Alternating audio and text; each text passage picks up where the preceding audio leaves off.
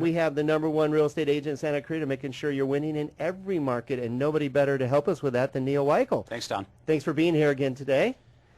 And we just touched on, right before break, we were talking about the numbers, because we have some really good stuff to continue. Every time we have these breaks, we bring up other great stuff that Neal has to share with us, so do not turn that dial.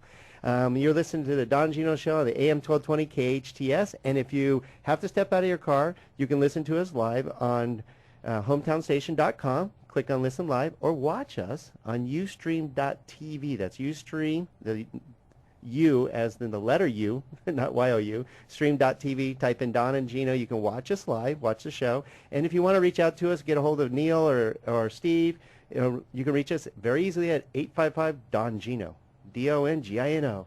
There you go. It. So let's get into those numbers, Neal. Let's talk about 2010, 11, and 12. Sure. Nobody knows numbers like you. Well, I mean, numbers are real estate, and real estate is numbers. That's really what it is. It's supply, demand, and the numbers are always the numbers. You know, they don't lie. You can spin numbers, but they are what they are. So I probably get asked on more than any other question. I'm sure you guys do too, especially by sellers. You know, what's happening with the market, and next spring is going to be better. I'm sure about it, or next year is going to be better. And of course, that's what everybody hopes. I'm a homeowner. You guys are homeowners. And yet at the same time, if you really look at the numbers, it gives you information that you can work with. So let's start. 2010, we closed about 3,500 properties. We had what we would call 3,500 closings in Santa Clarita Valley. And that number was higher than 2011. And I think almost everybody would agree the reason why it was higher was because of the stimulus that we had in 2010. There was tremendous stimulus that was offered to buyers, and they took advantage of it. In fact, I commented at the time, because I blog and I write to my past clients, that the spring of 2010 felt kind of like 2005. You know, there was this frenzy really in the market, multiple offers, and especially in the lower price ranges. Stuff just flew off the shelves. Well, that ended after the stimulus, and we went back to more of a normal kind of a market where homes took longer to sell.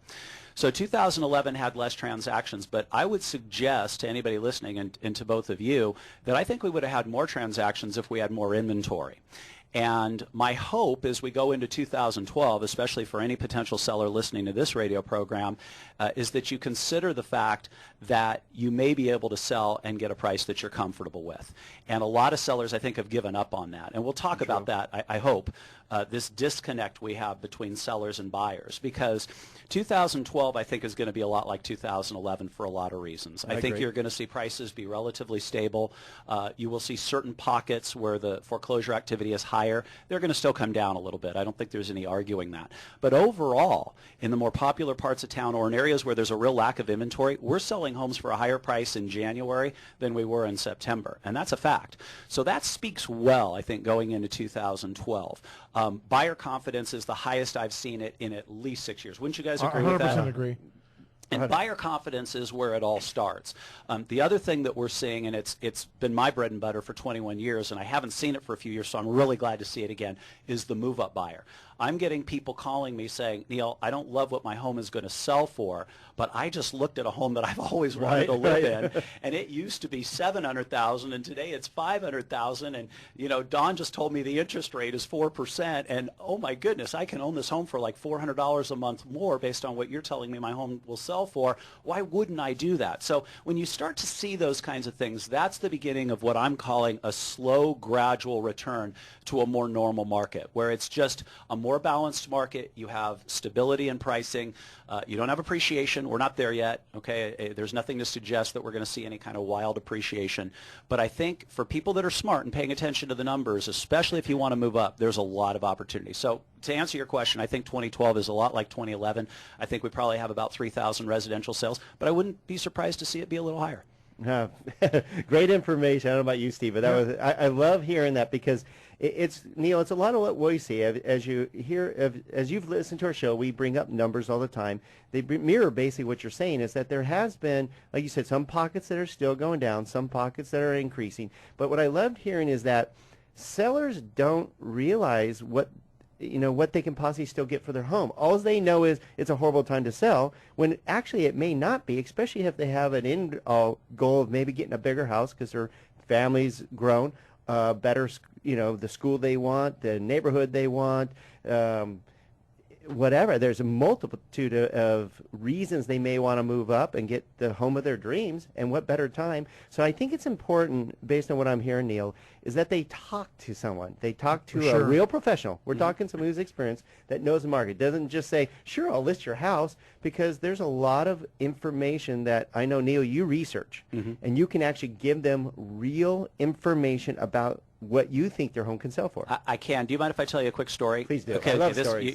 This will illustrate the point, I think, perfectly. It is research and it is numbers, but it's also gut. Okay, and just being out there, okay, being on the firing line every day, previewing property, talking to other agents, networking with other agents. I know you do that on a regular basis. And here's the story. I had a potential client call me up with what was very clearly a magnificent property, larger lot than most, great view of the valley, and they had done some really incredible things to it. And they had a desire to move out of the area because of business reasons. It was a great opportunity, but they didn't think they could sell their home for a price that would allow them to do it. So they had an agent come out, and the agent, walked in, didn't look at the yard, didn't look at the view, and I'm not, bagging on another agent, but they really didn't look at this property, and they didn't look at what was there.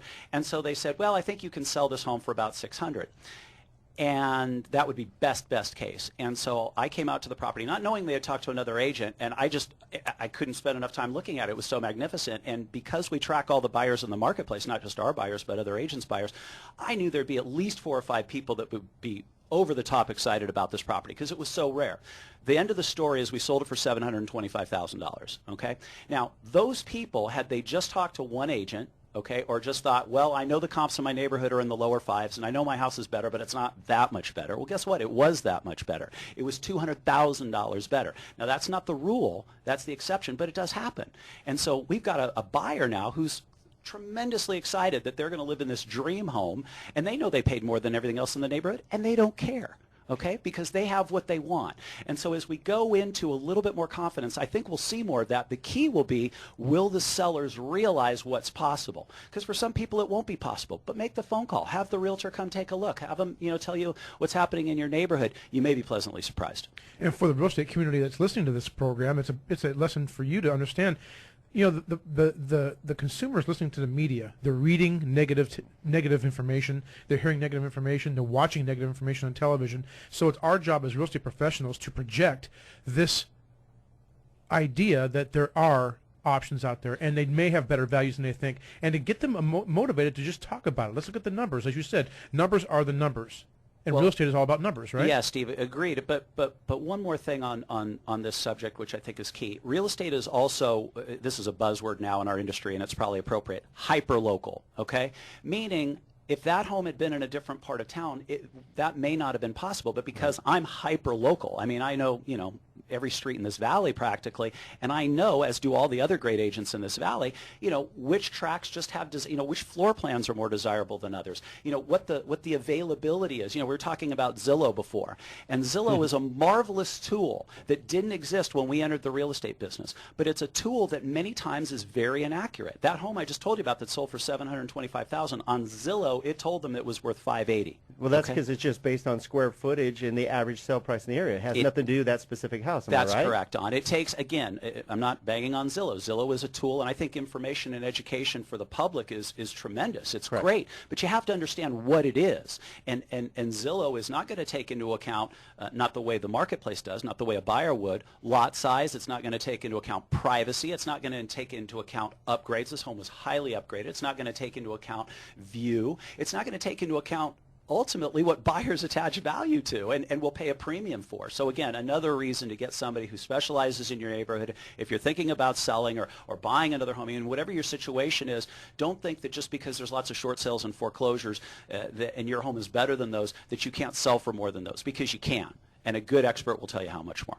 See, you can hear that passion in Neal Weichel's voice. Absolutely. Neal Weichel with RE/MAX, the man, the myth, the legend. I love having you here because you tell it like it is. And that's really important because, just like you said, you don't always know what you can sell your home for. You don't know what you can purchase your dream home for. Just like in our industry, a lot of times people go, well, I can't afford that home.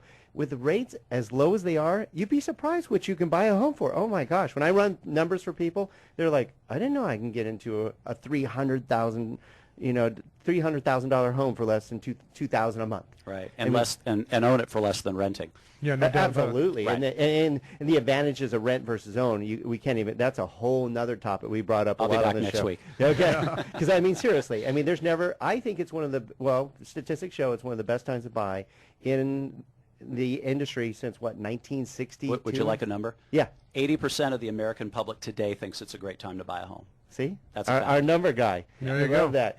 But the disconnect piece, and we only got about 50 seconds here before we go on break, so don't leave. But the disconnect was, what was it, 65%? 65% of the homeowners think it's a poor time to sell a home. So this is, as we enter this new year, this is what the gap that needs to be bridged. I think many people feel, Don, that the worst is over. They know there's still some foreclosures and some short sales, but it doesn't seem to freak people out as much as it did a few years ago when it was new. And I think to your business, you can't look at the cost of money today and not feel great about real estate. I love my job because of it. and I think more and more people are realizing that. And that's not a sales pitch. It's just, again, another number and a number that works in your favor. Yeah, and this is real